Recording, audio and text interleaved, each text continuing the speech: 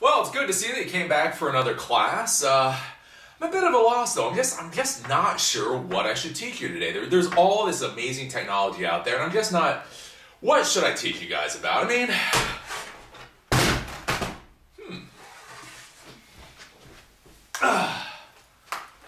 maybe I should teach you laptop repair.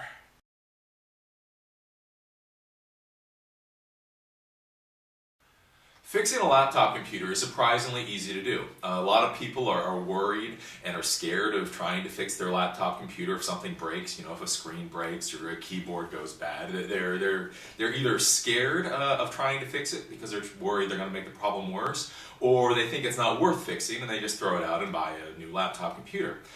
Fixing laptop computers can be relatively inexpensive. Most parts on laptop computers are not that expensive.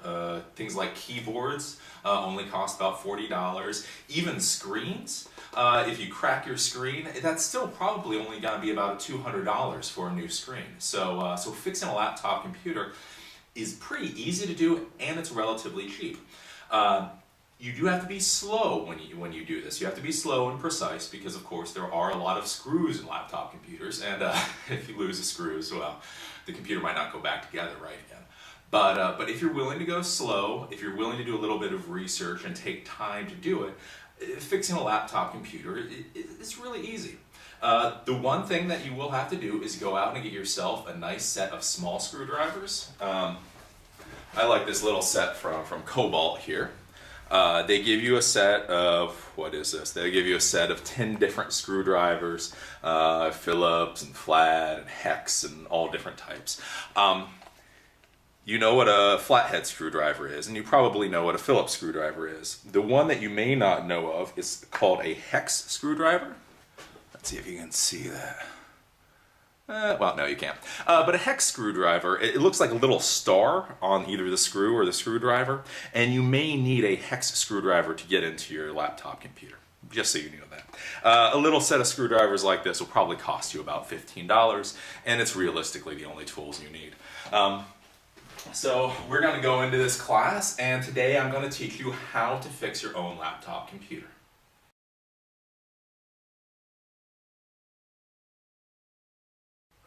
Now, of course, we have to go over the standard warnings and to make sure you understand what you're getting into and make sure you understand the problems that you may have. The first warning that I will give you is before you do anything at all to this laptop computer, crack it open, do any of that, make sure that you know that it's out of warranty. Because if you start playing with this laptop computer, you start pulling things apart and putting them back together, if the problem is under warranty, Sony or HP or Dell would fix it for free. As soon as you start pulling this laptop computer open, that voids the warranty. So if you have a warranty, just give it back to Dell or Hewlett Packard or Best Buy or whoever you got it from and get it fixed through them. It'll be cheaper, it'll be easier. Yeah. So before you open up your laptop computer, make sure that it is no longer under warranty. The next piece of advice I'm going to give you is the same piece of advice I always give and people always ignore. But I will give it again and I hope you listen. When you are going to buy your parts to fix your laptop computer, please do not go to eBay. Unless you really, really have to. And even then, if you have to go to eBay, it's probably time to buy a new laptop computer. Please, buying things on eBay is just a bad idea. When I was running the store, we would buy things from eBay, we would get the wrong parts, we would get bad parts. It really was a headache.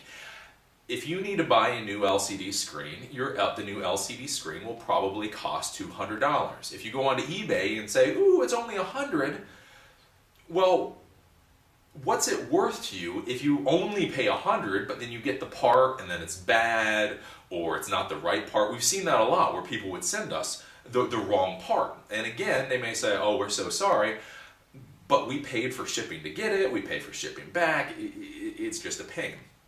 The other problem that you're going to run into when you go to buy parts, this is especially true of the LCD screen or the LCD housing, is sometimes when you buy parts on eBay, they don't sell you all the parts that you need. So we saw this before, like I say, in the shop, where we had MacBooks. The MacBook hinge broke. So we thought, oh, all we're going to do is buy a single part. Well, the problem is we would buy that one single part, but in order for that one single part to work, you needed another single part. Well, nobody else sold the other single part. The way to get the other single part was to buy the entire housing, the entire package. So we tried to save ourselves, $50 or $100, and we ended up wasting $50 or $100 because we bought the part and they shipped us the correct part that we ordered. But what they didn't tell us, because they're not really professional vendors, is that you needed this other part for it to work, and nobody else sold the other part. And so please just stay away from eBay, please.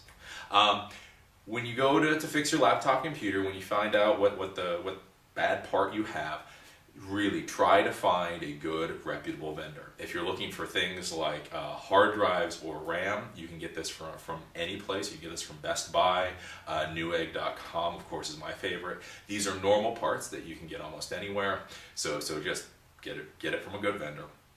If you need to buy things like LCD screens or keyboards, I recommend a company called smartmicrousa.com. They're very, very good.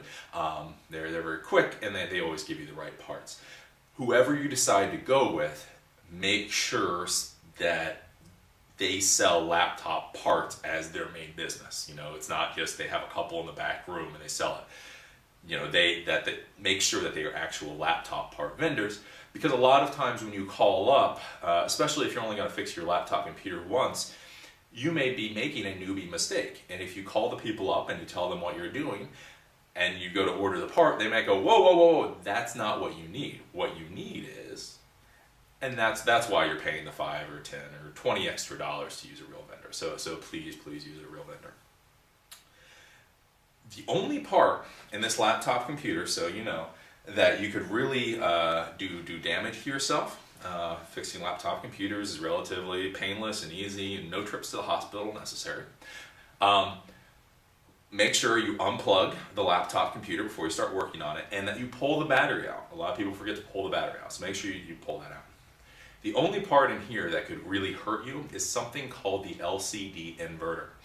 The inverter is what changes the power that comes from the battery and steps it up. So that the LCD monitor can use it. So it increases the power. If you play with this, if you try to jury-rig the inverter, you could really hurt yourself. So, if you just pick up the inverter, you just plug the inverter in, you just do everything normal, you're going to be fine.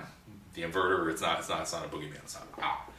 But if you decide that you're going to use the wrong inverter, or you're just going to do some weird jury-rigging, don't do it with the LCD inverter. The LCD inverter, it steps up the power, it can zap you, and you can be in the ambulance. So just don't do anything stupid with the inverter. Of course, don't lose the screws when you're fixing your laptop computer. A good trick that one of my techs showed me is he always had a sheet of paper like this, and he would draw on it little landmarks on a laptop computer. And as he pulled screws off, he would take them, and then he would put that approximately on the sheet of paper where it would go on the laptop computer, and then tape the screw down. So if he had the laptop computer here, and he had the sheet of paper here, the upper left-hand corner screw, if he pulled a screw out of the upper left-hand corner of the laptop computer when it was on its back, he would tape that down to the upper left-hand corner of the piece of paper. So this is a very easy way not to get confused where your screws go, because if you just put them into little different vials or canisters or just scatter them around, you may not lose them, but you may not know where they go on the computer. By using a piece of paper as a map, that makes it a lot easier to make sure that you know where all the screws go. Let's see. Some laptop computers are very, very, very complex, so you have to make the decision whether or not you want to rip the laptop computer apart. A lot of laptop computers, most of the laptop computers that you're going to work on, are really easy to fix. You just pop a few things open, and no big deal. Some laptop computers, especially Mac laptop computers, and these new ultra-light, ultra-portable laptop computers are an utter pain in the butt to do anything with. We had one MacBook come to the shop where the guy thought, hey, how hard can it be to swap out a hard drive? Well, the MacBook was so complicated, he ended up having to legitimately take the entire computer apart to get to the hard drive. Once he had done that, he had forgotten where all the screws went. So he literally came to our store with little Ziploc baggies of screws and all the parts and said, it's a $2,000 computer, please help me. We were able to put it back together. But this is something that you should think about, is some of the laptop computers are very, very difficult. So if you feel like you're getting it over your head, just stop, put it back together, and take it to a professional. When in doubt, use Google. Google is a great tool for fixing laptop computers. There are a lot of websites out there that show you how to replace specific parts in a computer. So if you're saying, I need to replace the keyboard in a Toshiba Satellite 9560, if you plug that into Google, you may find that they have videos or demonstrations, and they'll show you exactly on that computer how to fix it. So always use Google. The last part is, of course, I have to tell you as a professional, some people are worried about electrostatic discharge. Electrostatic discharge is, when you build up static electricity and you shock somebody, well, this can damage components in a laptop computer, theoretically. If you want to be absolutely safe, go out and buy yourself one of those anti-static bands that you can get in Radio Shack. It's a little armband that goes down and it grounds you. It pulls all the static electricity out of your body so that you do not have to worry about ESD, electrostatic discharge, damaging anything in your laptop computer. I will tell you that that's a completely safe way of doing it. I never use one of those armbands, and I haven't destroyed anything in years. So I mean, you should. The proper way of doing it is that electrostatic armband.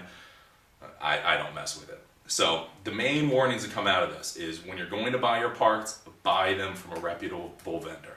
You're not paying for labor. It's already going to be pretty cheap to fix your computer, so just pay the few extra dollars and buy your parts from a reputable vendor. You will be very, very, very, very happy, I swear to you. And the thing is, with the inverter, the LCD inverter that I'll show you later is the only thing that really could harm you in any horrible way. It's very easy to install, uninstall. As long as you don't do anything stupid, you're fine. Whatever you do, just please don't do anything stupid with the LCD inverter. So with those warnings, we're going to go into the class.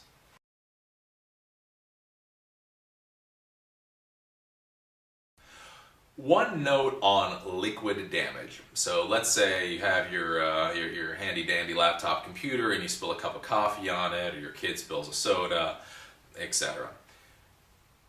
Before you do anything with that laptop computer, what you should do is you should unplug it, pull out the battery, and this is going to sound painful, but you should put that laptop computer into a warm, dry place for probably about a week. If the liquid gets into your computer, as long as there's no power in the computer, there's a very good chance it won't do any actual damage.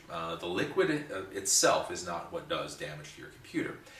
How liquid damages your computer is if there is electricity present in your computer, it's zigging around all those circuits. What happens is the liquid will create a short. So the electricity is supposed to go this way and up and over and around, and instead it's able to jump and go to a different place on the circuit board, and this is what fries components. This is what destroys components. So the liquid itself generally does not do damage to your computer. It's the electricity that then flows through the liquid that then shorts things out and makes everything go to hell. So if your computer gets coffee or water or Coke or whatever spilled on it, unplug it, take the battery out, and then put it in a nice warm dry place for as long as possible. Like I say, hopefully a week. I know that sounds like a long time, but remember that the computer case, the laptop case, is all sealed up. So if the water gets pretty far in there, it'll take a while before it evaporates and comes out. So that is one warning and one thing to think about with liquid damage is just let it sit for a while.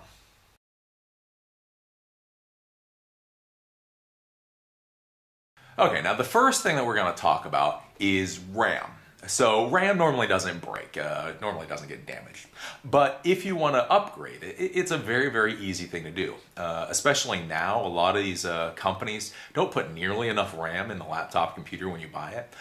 The reason it's such an inexpensive special at Best Buy for $300 or $400 is because there's not enough RAM in it. So something you can do to make your computer work a lot better is to put more RAM into it. When you're going to go buy RAM, what I would suggest that you do is either go to newegg.com or go to kingston.com, kingston.com. They're a manufacturer of RAM. And when you go there, they have a little tool to tell you what kind of RAM your laptop computer needs. There's a lot of different types of RAM out there. If you took the computer anatomy course, you know that. So you can't just go and buy any RAM and expect it to be able to shove it into your laptop computer. You need to buy the specific RAM for your laptop computer.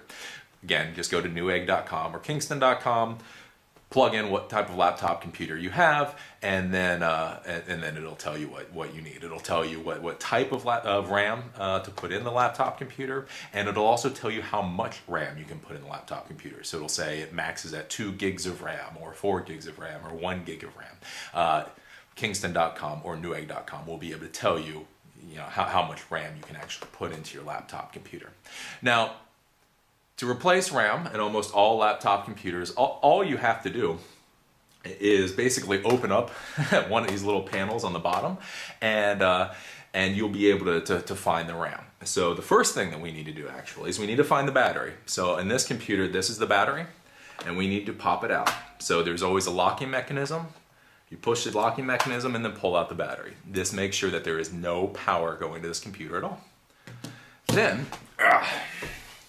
we grab our little screwdriver. One of the things you can look at is, do you see that little symbol right there? That's kind of like the universal symbol for RAM.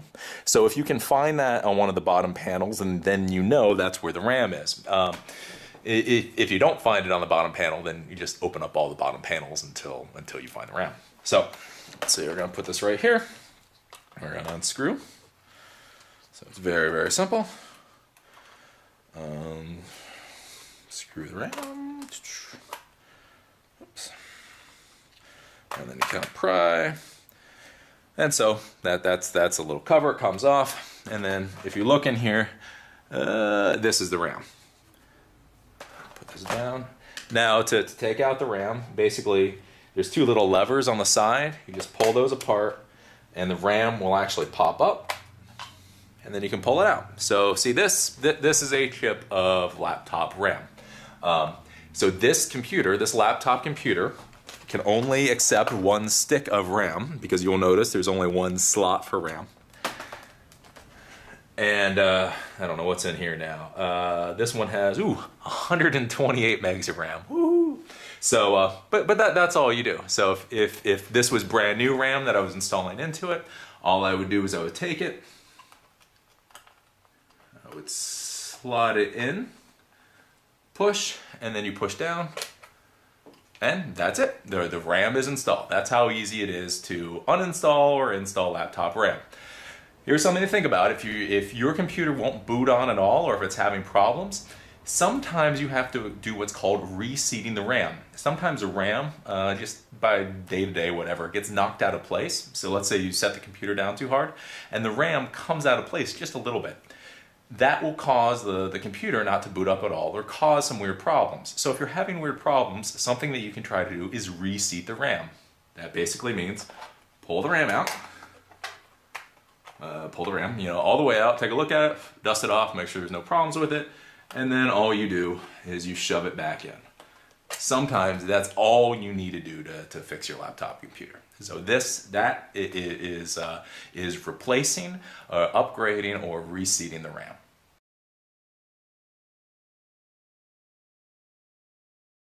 Okay, now the next thing we need to talk about is the hard drive. So let's say your hard drive fails. It clunks. It whizzes, it whirs. You get that stupid little no operating system found, something like that. Or you decide that you need to upgrade your hard drive. Your hard drive isn't nearly the size you need, so you want a bigger one. So how do you replace the hard drive? That's really easy. Again, normally the hard drives are under one of these little panels here. Under one of these little panels. So basically, if you don't know where the hard drive is, you just keep pulling off panels until you find it. So one of the symbols for hard drives that you can look for is see that little thing right there? It looks like 3 little dinner plates or records, and that's one of the universal symbols for hard drives. So you can look on the bottom of your computer and see if it has that little symbol. If it does, that's probably where your hard drive is.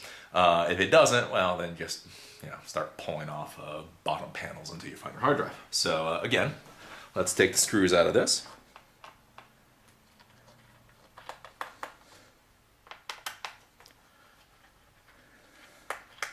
This is easy peasy. Oops.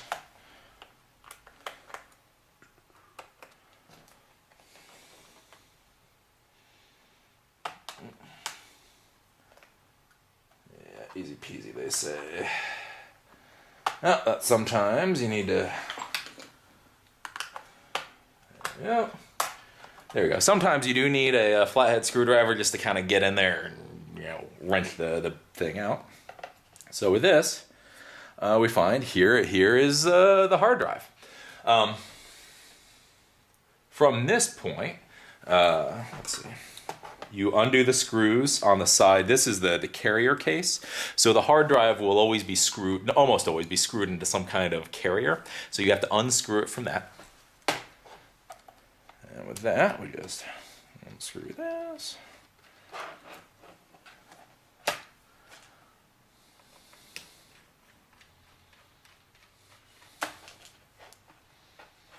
Unscrew that.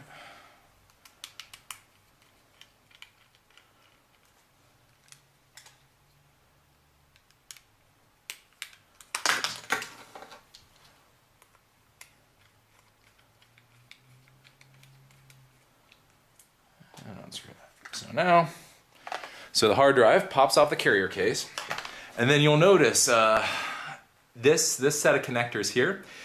If you have a SATA hard drive, the hard drive will just automatically plug into the computer.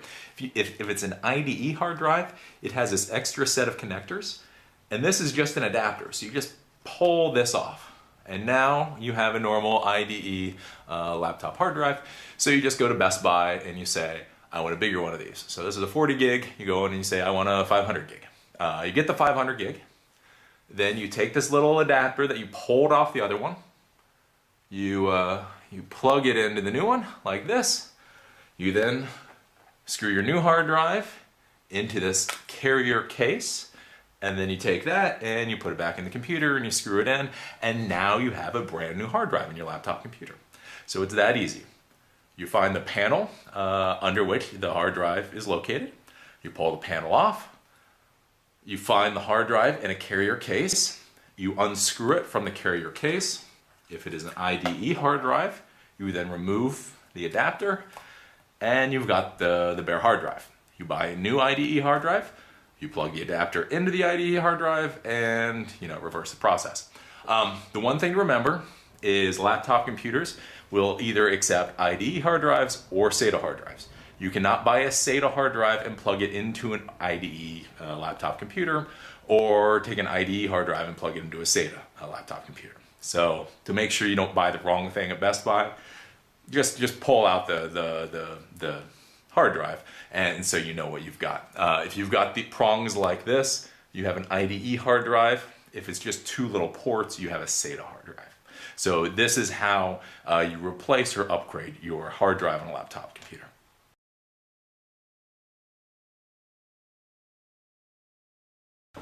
Now the next thing that we're going to talk about is the optical drive. The optical drives means your CD drive, your CD burner, your DVD burner, your Blu-ray player, your HD, whatever, I don't know. Now, one thing to keep in mind is for most laptop computers, 99.99% of laptop computers, or well, maybe 95% of laptop computers, they all use something called a slim drive. The slim drive is a normal standard. So you can go out and you can buy any slim drive and you can pop it into your laptop computer and it'll work. So that's for 95% of laptop computers out there. Now some, the Sonys or those ultralight computers or all that, don't use a standardized slim drive. They use their own special drives.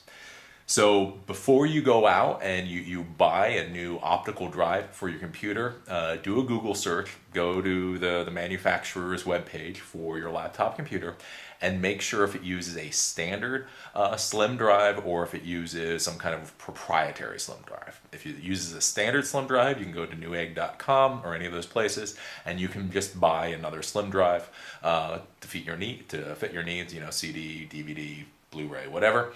If it's a specialized optical drive, then you will have to go to the manufacturer or some kind of specialty place to buy one. So how you replace a slim drive over an optical drive is generally very, very, very easy. Again, the standardized ones are very easy.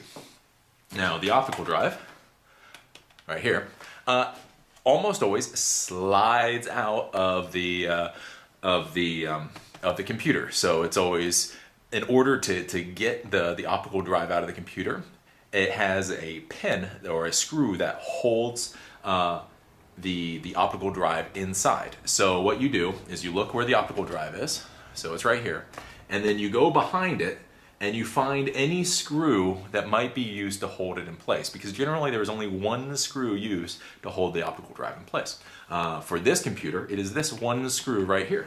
So let me unscrew this. And then with this, we have to pop it over, kind of tap it. We get the screw out. And so this is one of those times. See, with these, I didn't bother to tape these screws down to the piece of paper because they're already in a little plastic thing. So I know where they go.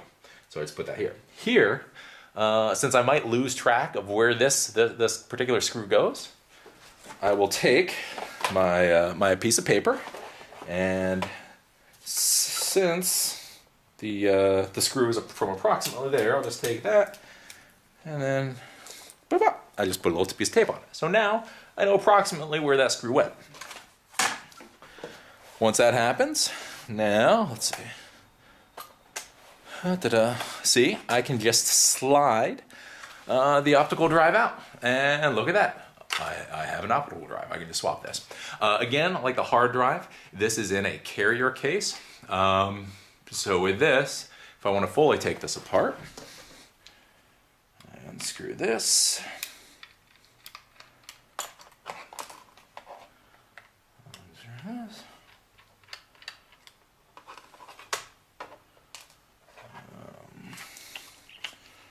So there's normally 4 screws.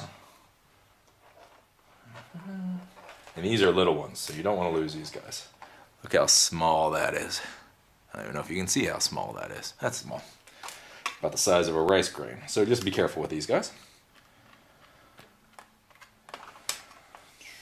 And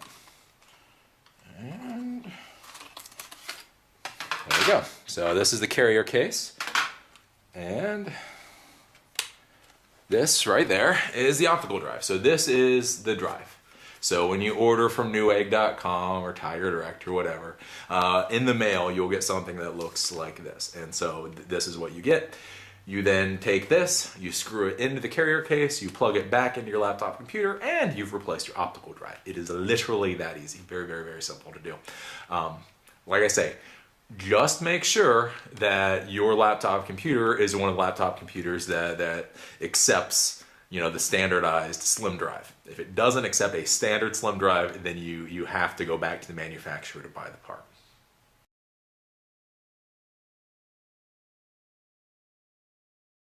Okay, now the next thing that we're going to deal with is the keyboard. Keyboard normally dies, well, usually because of kids. Either kids spill Coke or soda into the keyboard.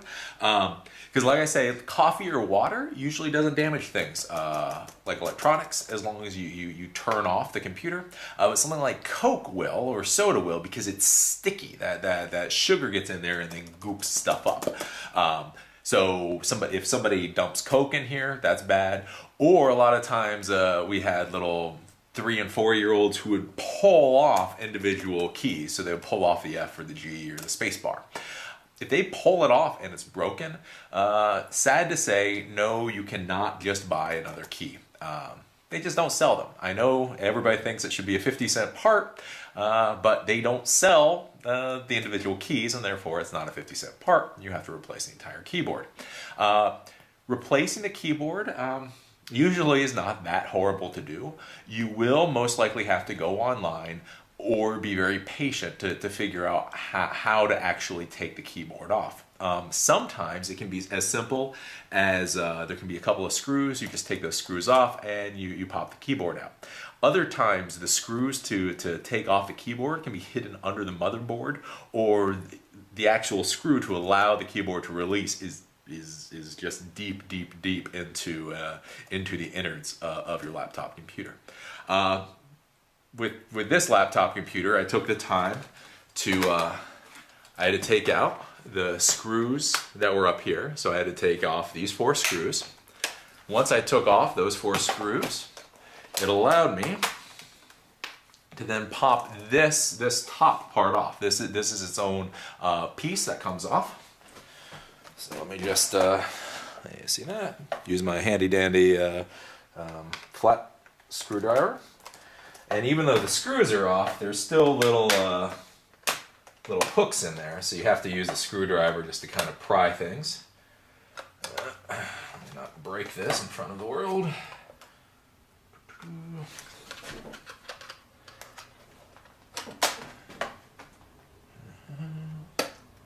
so you just get the screwdriver down there, and then just as gently as possible try to pry things up.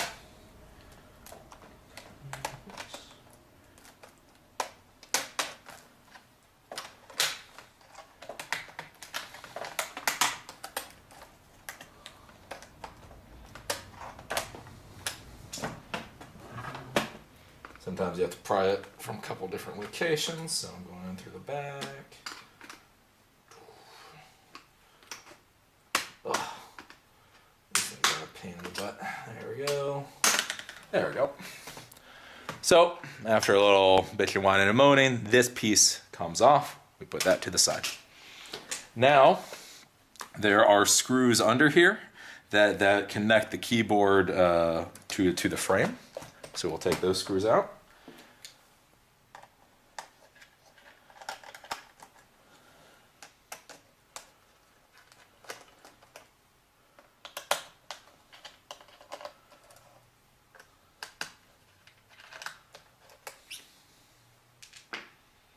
Now once those screws are out, oops, I just pull the keyboard. So the keyboard then is its own part. It has a connector. You see this little connector down here?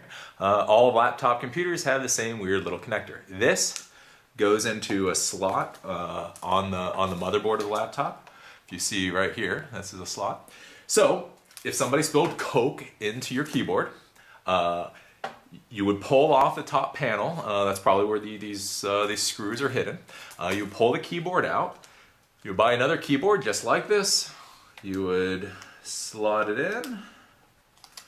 Slot it in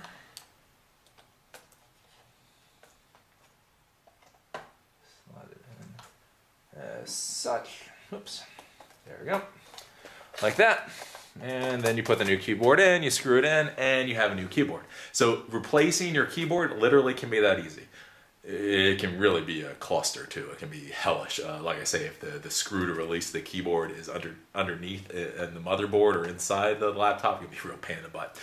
But for the most part, it's pretty easy to take out and replace a keyboard. Keyboards normally cost anywhere between $40 to about $60, so it's another pretty cheap repair. So pull off the stuff, pull out the keyboard, plug in the new keyboard, screw everything in, and you have a new keyboard.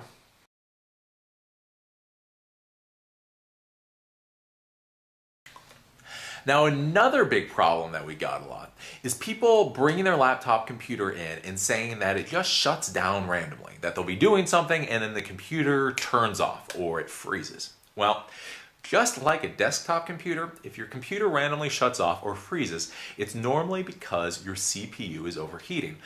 Basically, it's a fail-safe mechanism. If your CPU gets too hot, it'll burn out and literally melt and damage itself. So there's a component in there that says if the temperature goes over a certain amount, that the CPU will just automatically shut itself off so it doesn't physically damage itself. Now, normally what we found, what fixes that nasty little problem 99% of the time, is simply that people need to use their laptop computer on a flat surface, like a table.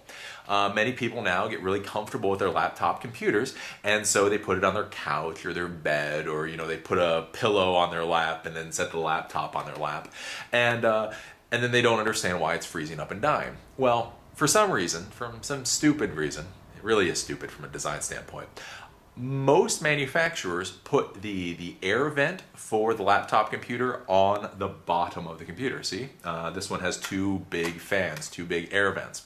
So if you put this straight onto a blanket or straight onto a pillow, that's going to block these air vents entirely, and then your computer is going to overheat.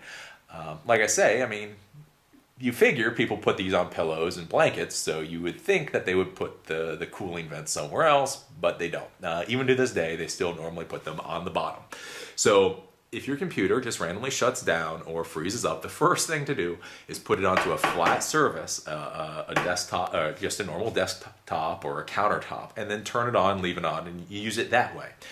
If your computer no longer shuts off, well, that was your problem. You need to stop using it on a pillow. If it still keeps shutting down, then it means you probably have a problem with the fan, or something has gotten gunked up in here. Now I'll show you how to fix this. This is a pretty simple repair. Normally, either the fan is a little gunked up, so you take the fans out, you clean them, and it's fixed, or if they're actually broken, sometimes they'll burn out or they're not working right, then you just normally you call the manufacturer and you can buy a new one. The fan assembly is, again, about normally a $50 part. You just call up Dell or Hewlett-Packard or whoever and say, I need this part for this computer, and they'll ship it off to you. So I'll show you how to get into that. With this computer, again, you take off a number of screws. So I'll take this one off.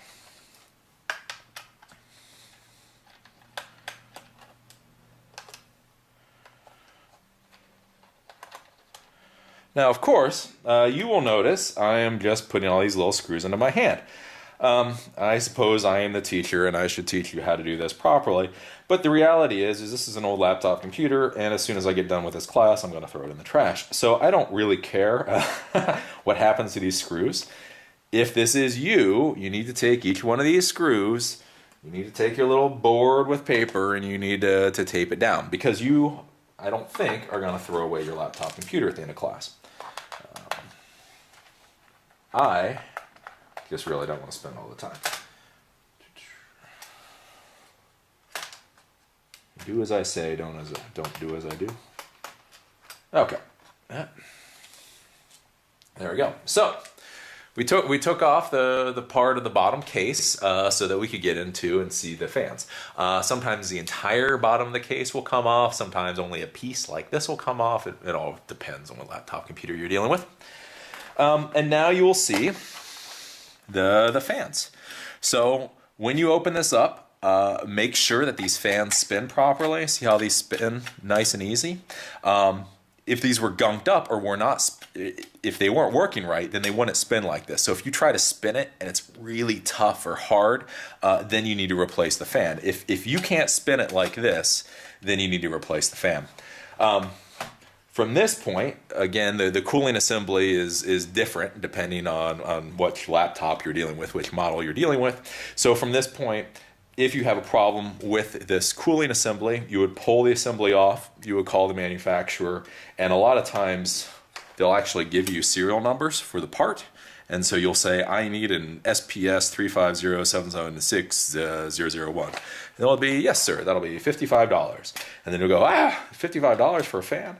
But yeah, it's $55. So from this point, you would then unscrew the assembly, however you need to unscrew the assembly, pop it out, put in the new one, and you'll be fine. So the thing to remember is if your computer is just randomly shutting off or just randomly freezing, it's almost always the CPU overheating. The first thing that you do is put it onto a flat surface and see if it still happens. If it stops happening, it means that you're using it on a couch or a soft thing, and so it's clogging up the vents. It can't cool properly. If it still happens while it's on a hard surface, then you need to pull the bottom of the case off. You need to look at the cooling units on the laptop computer. Spray it out with air, make sure it's all clean, and then make sure that the fans spin properly. If they do not spin properly, which is probably your problem, that means they just died.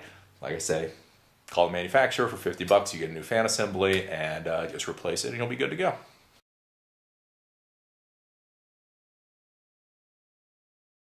Okay, so now we've gone over all the other things. We've gone over liquid damage, we've gone over RAM, hard drives, optical drives, keyboard, overheating. Now the next thing is, what happens if you break your screen or if your screen stops working? Now, if you break your screen, you crack it, then that's obvious. Then you have to replace your LCD screen, and we're going to show you how to do that. If your screen stops working, you should realize that there are two different parts that make your screen work. The first is, of course, the screen. The next part is that inverter that I talked about way back in the beginning, in the mornings. So if you look at your screen and you see images on the screen, but it's dark, so it's almost black like this, but you can still see pictures and stuff going on, that usually means your inverter is bad. So you just need to replace your inverter. Your inverter is about a $50 part. It's not too bad.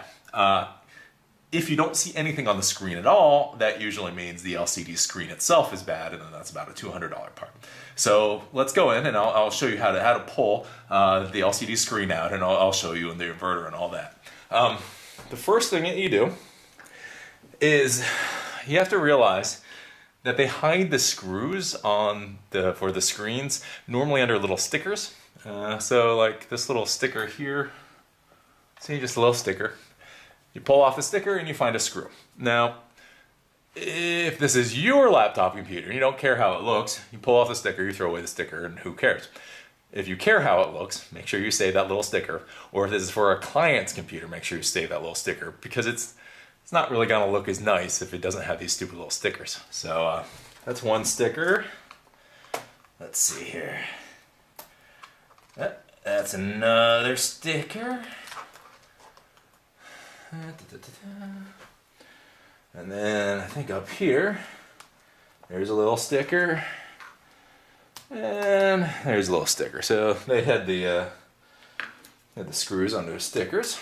So I'll just undo these screws.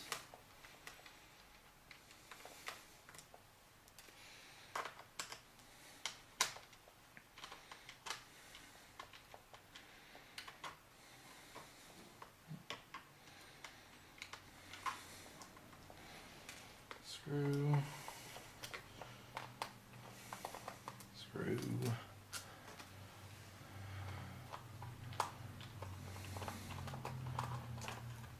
Again, remember, I'm not worried about the screws because I'm going to throw this laptop computer away after this class, because it's never going to go back together again. I don't care. It's a piece of trash.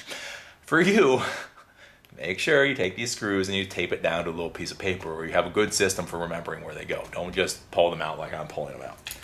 Do as I say, don't do as I do, or you're going to be having a very bad day. Now we use our little flathead screwdriver and try to pop this up.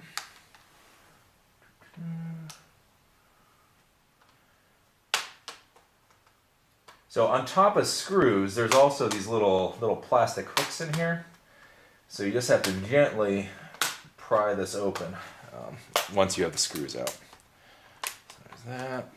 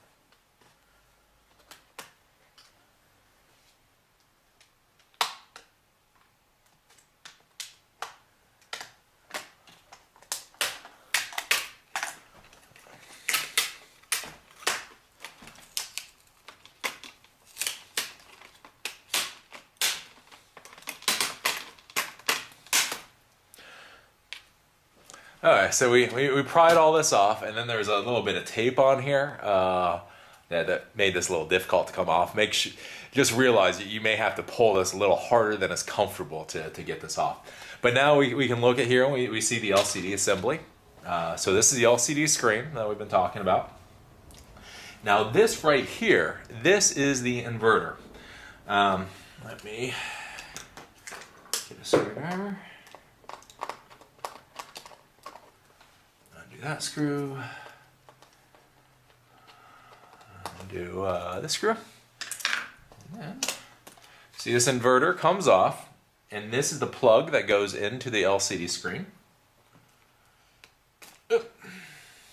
And then this is the plug that goes into the motherboard, the power goes into. So this is the LCD inverter.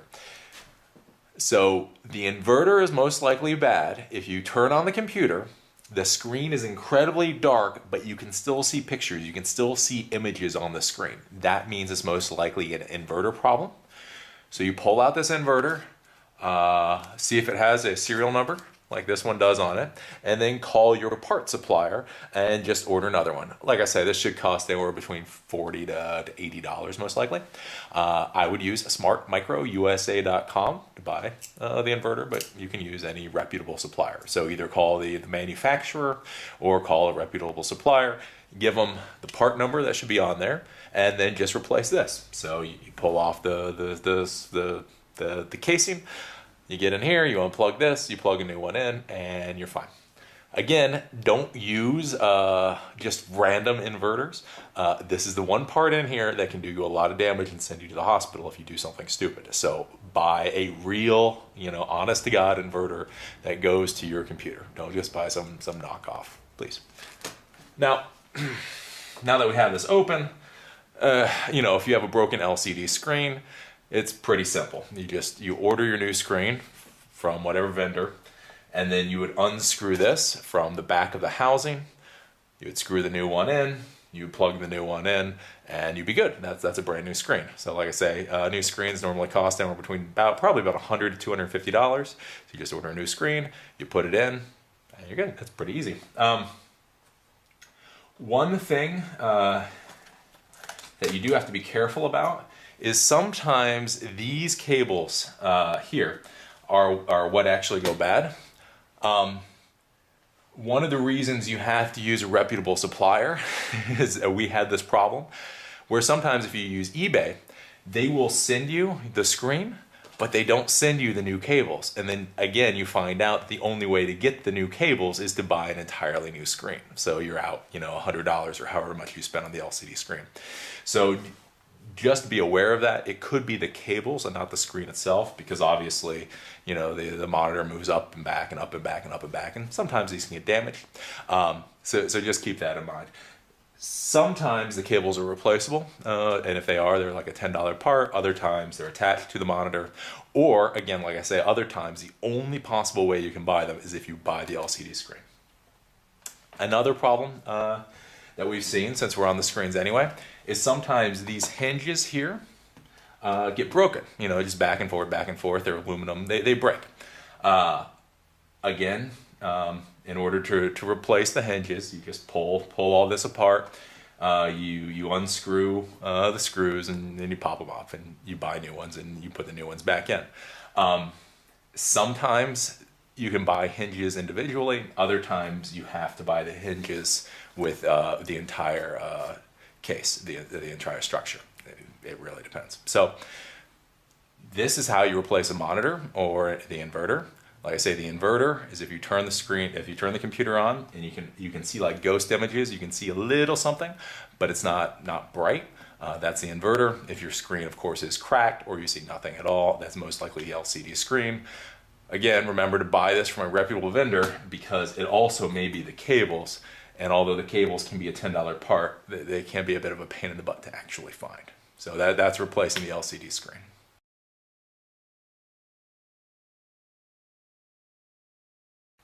Now, the final thing to talk about is power issues. So what happens if your laptop doesn't power up at all?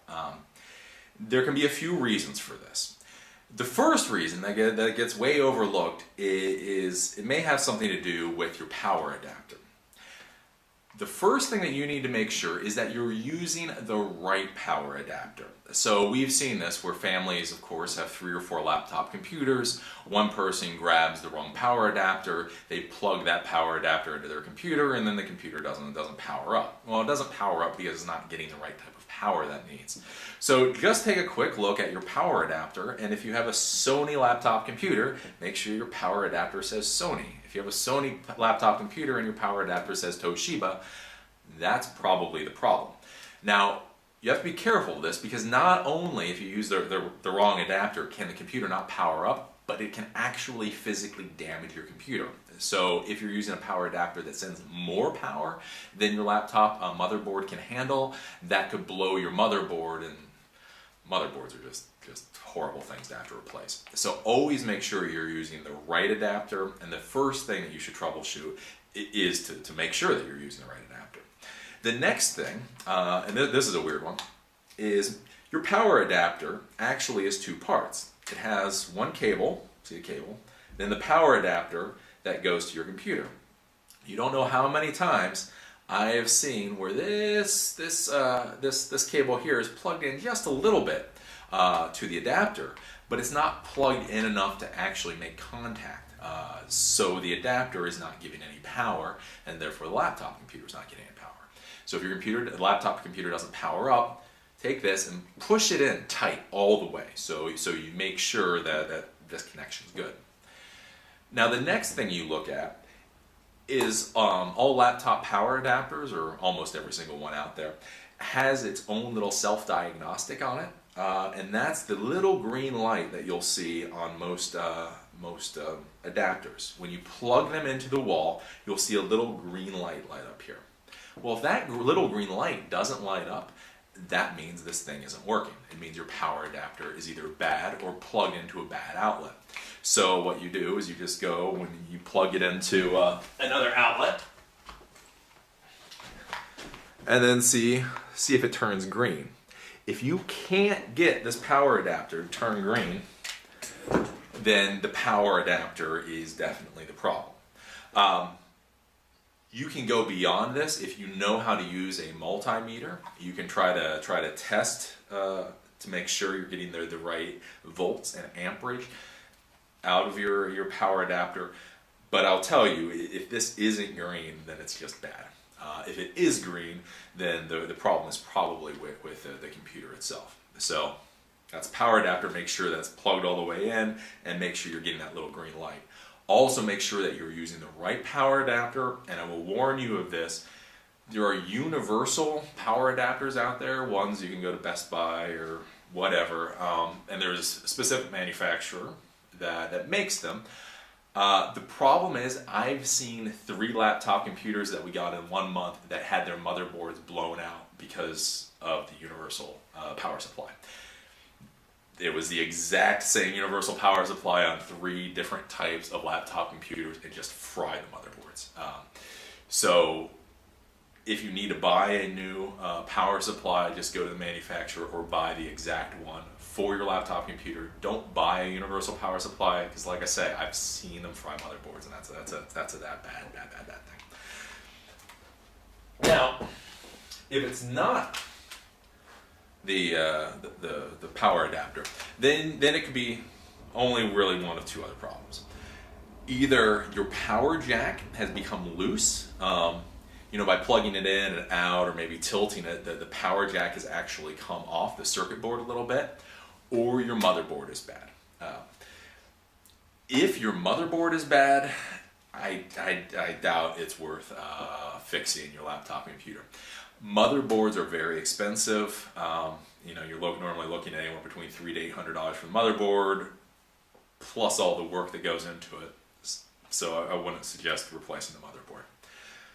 If the power jack, so the power jack here, if this has come off the board, if you know how to solder, then you can try to fix the power jack. Basically, you keep pulling the laptop computer apart, you pull off all the layers of the onion, You make sure you know where all the screws go. And then when you get down to where that power jack is, if you see that it's loose or if you see that there's something broken with it, you can resolder that power jack. If you know how to solder, it's a very easy thing to do.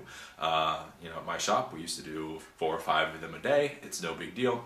If you don't know how to solder, let a professional do it. Soldering is where you take solder, which is a type of metal, and you heat it up, and basically you kind of weld electronic parts together. Well, there's a lot of heat there, so if you don't know what you're doing, you can damage another part of the computer because of that heat. So you put the soldering iron in there and you melt something that you shouldn't melt. So if you know how to solder, you just go in and you can just resolder that power jack. Sometimes it's a little loose, and so you can just resolder it into place. If it's actually come off, or let's say the little prong in the middle has come off, you can buy new power jacks pretty easily. Again, just go to a decent vendor, say I need a power jack for this computer, and they'll send it to you. Sometimes you can be lucky. Some of the Macs and some of the other expensive laptop computers, instead of soldering, they actually have their own little jack. They're their own little card. So you can go in and you can just unplug that card, unplug it from the motherboard just like you would the monitor, plug a new one in, and it's pretty easy. Now sometimes, and just keep this in mind, you may have to do a Google search on this. Sometimes if you have a bad battery, that can also prevent your computer from powering on. So some of these laptop computers, I don't know why they did it, but if the battery is not in the laptop computer, or if the battery has malfunctioned or died, the computer won't turn on at all.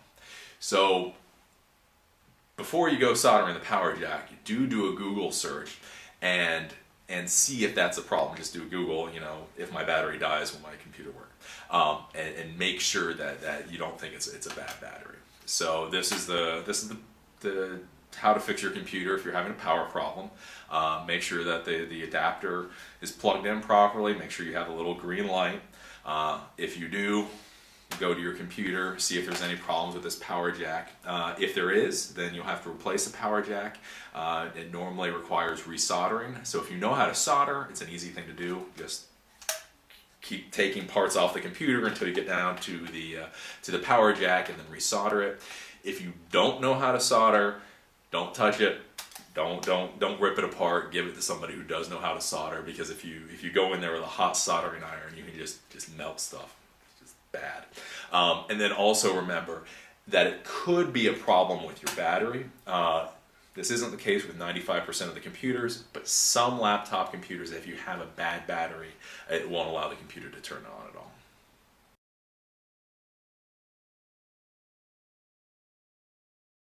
So that was a class on laptop repair. We showed you how to replace a RAM or reseat RAM, how to replace your hard drive, your optical drive. We talked about your power screen, we talked about your inverter, power issues, the whole 9 yards. Everything that we taught you in this class is basically what any hardware shop will do to your computer. So if you understood this last hour, then you know what a normal computer shop will do when they try to fix your computer. Always make sure that, like I say, you use a little piece of paper and try to remember where all your screws go. If you lose track of your screws, then well, then you can't put your laptop computer back together, and then it's all bad.